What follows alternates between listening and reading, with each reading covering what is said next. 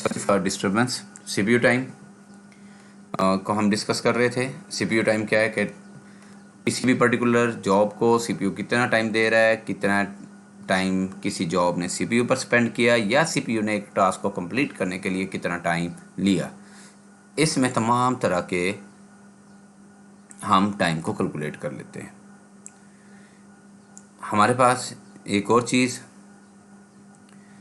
जो हमारे पास यूज़र का सीपीयू टाइम और सिस्टम का सीपीयू टाइम, इनको भी शामिल कर लेते हैं। हमेशा हमारे पास डिफरेंट प्रोग्राम के लिए डिफरेंट सीपीयू टाइम और सिस्टम की परफॉर्मेंस मैटर करती है कि अगर एक प्रोग्राम पर सीपीयू ने डिफरेंट टाइम लगाया, दूसरे पर डिफरेंट लगाया, तो ये सिस्टम की परफॉर्मेंस पर, ये मीन्स टू से कि मुख्तलिफ प्रोग्राम है तो उन पर ये टाइम मुख्तलिफ होगा, तमाम पर ये सेम टाइम नहीं होगा, जिसकी वजह से सिस्टम की परफॉर्मेंस हर एक के लिए सेम नहीं होती। ये टोटल डिपेंड करता है सीपीयू के क्लॉक्स कितने हैं, क्लॉक रेट क्या है। तो यहाँ पे हम बात कर रहे हैं सीपीयू क्लॉकिंग की। क्लॉक से क्या मीनिंग है? किसी भी हार्डवेयर को एक पर्टिकुलर एक्शन को परफॉर्म करने के लिए मिनिमम यूनिट जो रिक्वायर्ड है वो है क्लॉक साइकिल। क्लॉक साइकिल से ये मीनिंग है कि वो उसके किसी भी पॉइंट के स्टार्ट और एंड होने का ड्यूरेशन, जैसे ये क्लॉक स्टार्ट हुआ और इसके बाद एक पर्टिकुलर ड्यूरेशन के बाद ये एंड हो गया। अब हमारे पास क्या है, कोई भी डाटा है वो किस टाइम पर शुरू होगा, क्लॉक के स्टार्ट पर शुरू होगा, क्लॉक जब टिक करेगा और उसके सो ऑन कैरी ऑन होगा, लेकिन वो इंटरमीडिएट में नहीं शुरू होगा। तो यूँ समझिए क्लॉक पीरियड क्या है, duration of a clock cycle means to say कितनी देर में एक क्लॉक साइकिल कंप्लीट होता है, उसे हम क्लॉक पीरियड कहते हैं।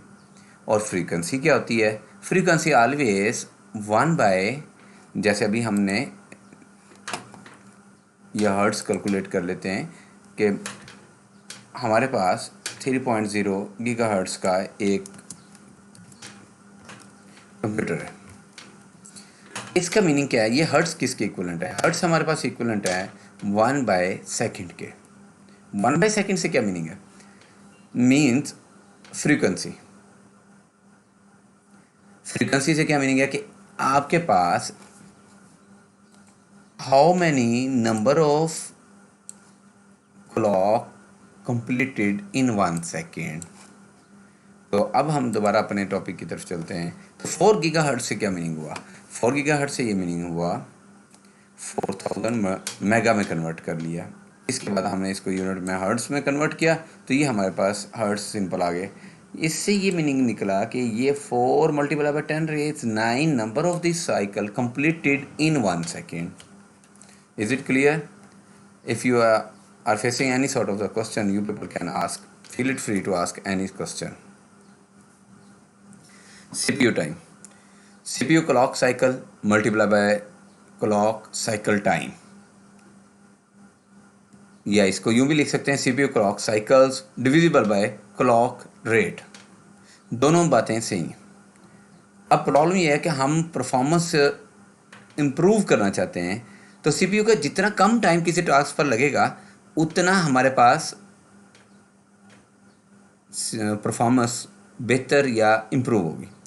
अब हमारे पास ये टाइम कैसे कम हो सकता है? ये टाइम कम हो सकता है, इनमें से दोनों मल्टीप्लायर है, इनमें से कोई एक वैल्यू कम हो जाए। मीन्स टू से कि नंबर ऑफ साइकिल कम हो जाए किसी भी टास्क को कंप्लीट करने के लिए। अगर हम इसे नहीं कर सकते तो क्लॉक का टाइम, साइकिल टाइम जो है वो रिड्यूस हो जाए। जब हमारे पास मल्टीप्लायर लेस वैल्यू होगी तो हमारे पास सीपीयू टाइम क्या हो जाएगा? कम हो जाएगा। चलें दूसरे पॉइंट की तरफ आते हैं। CPU clock cycle divisible by clock rate. अब यहाँ पर हमारे पास कौन सी ऐसी चीज़ है जिसके ज़रिए हमारे पास इसका आंसर स्मॉलर आ सकता है? तो जितना बड़ा डिवाइडर होगा उतनी ही वैल्यू लेस आएगी, यानी कि तकसीम कनंदा जितना बड़ा होगा, जिससे हम तकसीम कर रहे हैं वो जितना बड़ा होगा, या डिवाइड कर रहे हैं वो जितना बड़ा होगा, उतनी हमारे पास वैल्यू क्या आएगी? लेस आएगी। इसका मतलब ये वो किसी तरीके से क्लॉक के रेट से क्या मीनिंग है कि number of the cycle in a unit time किसी तरीके से इंक्रीज हो जाए। तो हम क्या कर सकते हैं? Reducing the number of the cycles. अगर हम कर सकते हैं तो हमें करना चाहिए, अदरवाइज हमें क्या करना चाहिए? क्लॉक रेट को इंक्रीज करना चाहिए। तो हमारे पास हमेशा इनके दरमियान में एक ट्रेड ऑफ रहता है। किसके दरमियान में?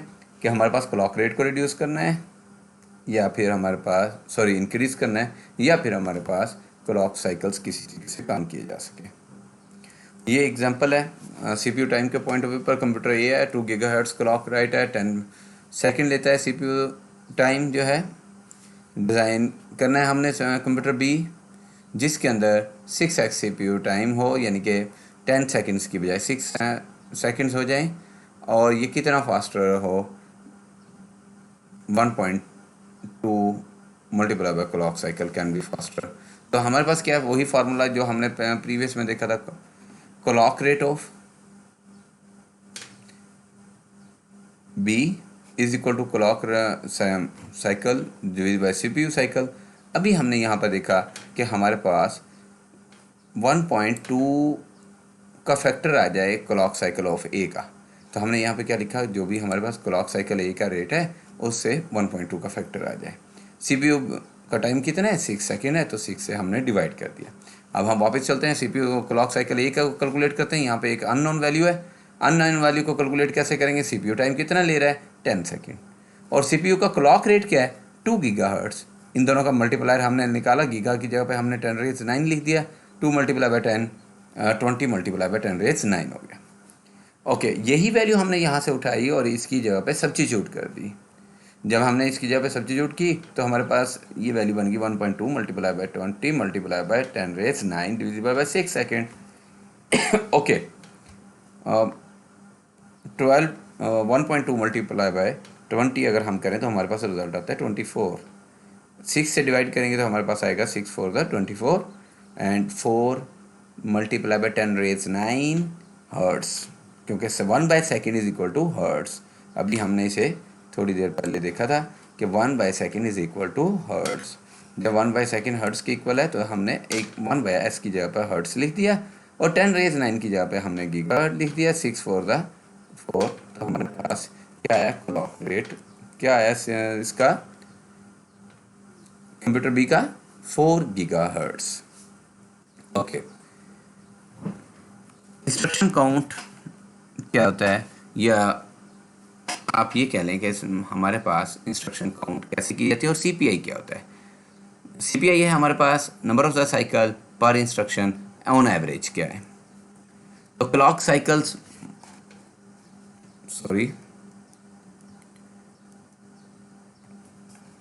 Clock cycle is equal to instruction count multiply by cycle per instruction.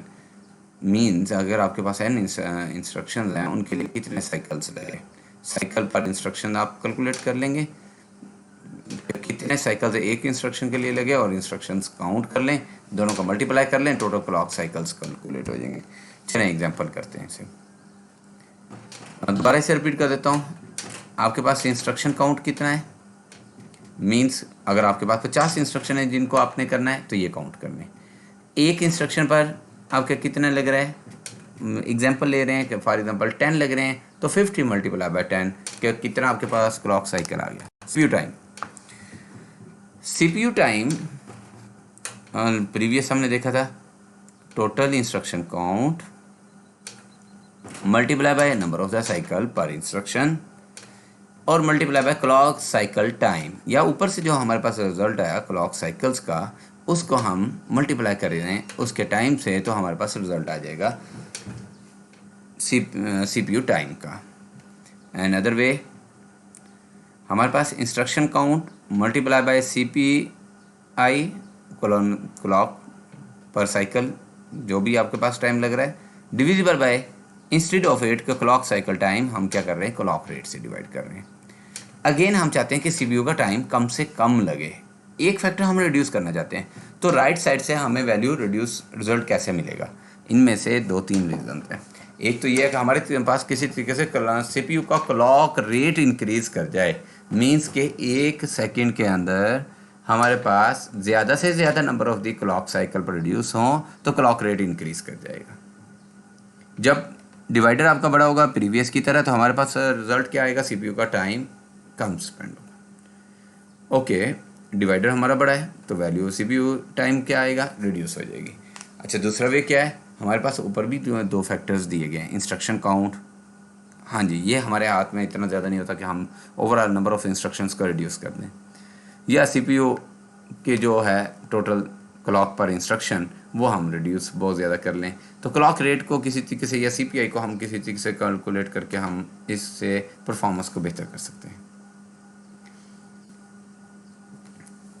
Computer A है जिसका CPU cycle time 250 pico seconds है और सीपीआई उसका 2.0 है। कंप्यूटर बी है जिसका टाइम जो है वो 500 पिको सेकेंड है और उसका सीपीआई 1.2 है। तो हम दोनों के जमाने में कंपैरिजन करते हैं। तो अगर हम इंस्ट्रक्शन काउंट करें, लेट्स से दोनों के लिए इंस्ट्रक्शन कॉमन फैक्टर ले लेते हैं, कोई भी आप नंबर ऑफ इंस्ट्रक्शन के लिए आई एक पैरामीटर ले लिया, दोनों के लिए आई कॉमन हो गया। 2.0 multiply by means instruction count I multi CPI हमारे पास है 2.0 मल्टीप्लाई बाय साइकिल टाइम 250 और हमारे पास आया I multiply by 500 pico second. Okay, for CPU time for the B instruction count again दोनों के लिए हमारे पास, क्योंकि सेम प्रोग्राम हम दोनों पर रन कर रहे हैं और तो हमारे पास इंस्ट्रक्शन का जो काउंटर होगा वो दोनों के लिए सेम होगा। There is no need to put any value here, हम इसे एज अ वेरिएबल ही कंसिडर कर रहे हैं। सीपीआई हमारे पास यहाँ पर है 1.2 और हमारे पास जो साइकिल टाइम है वो हमारे पास बेटा है 500 पिको सेकेंड।